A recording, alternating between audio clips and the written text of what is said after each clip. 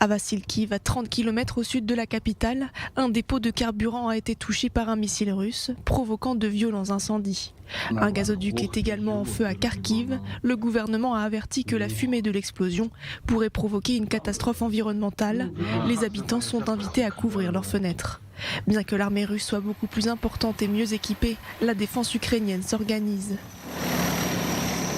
Le président Zelensky descend en habit de résistance dans la rue et exhorte sa population à défendre le pays. On ne va pas déposer les armes et on va défendre notre pays. Parce que la vérité est notre arme. La vérité, c'est que c'est notre terre, notre pays, nos enfants. Et nous défendrons tout cela. C'est ce que je voulais vous dire. Gloire à l'Ukraine.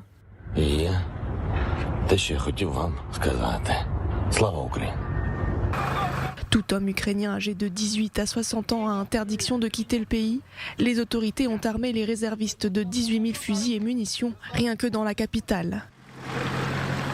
De plus, l'Ukraine peut compter sur ses civils. À Odessa, on se prépare à un prochain assaut en fabriquant des cocktails Molotov par centaines directement dans la rue.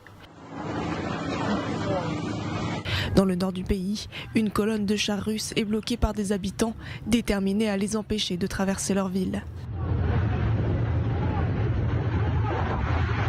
La capitale ukrainienne est devenue ville fantôme qui avait entré en couvre-feu total jusqu'à ce lundi 8h.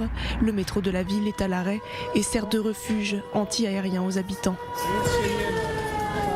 L'armée russe a reçu l'ordre d'élargir son offensive sur l'Ukraine dans toutes les directions.